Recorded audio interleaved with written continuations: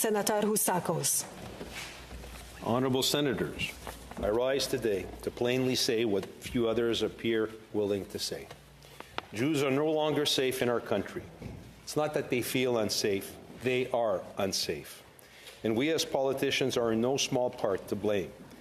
Anti-Semitism and Jew hatred is now expressed openly, shamelessly, and without restraint in Canada.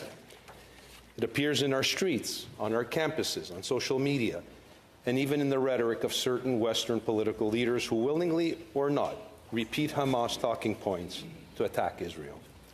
Recently, the Liberal government made the troubling decision to summon the Israeli ambassador not to express solidarity in the face of rising anti-Semitism, but to reprimand Israel after warning shots were fired in the vicinity of a diplomatic delegation that had veered off an agreed-upon path in a combat zone, a luxury not afforded the more than 1,200 innocent Israelis murdered on October the 7th, and certainly not afforded the 2 Israeli diplomatic staff who were murdered days later in Washington, D.C.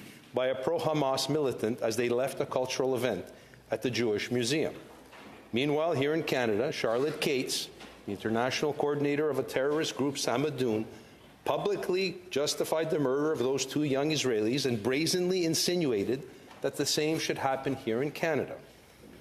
But we're lecturing Israel.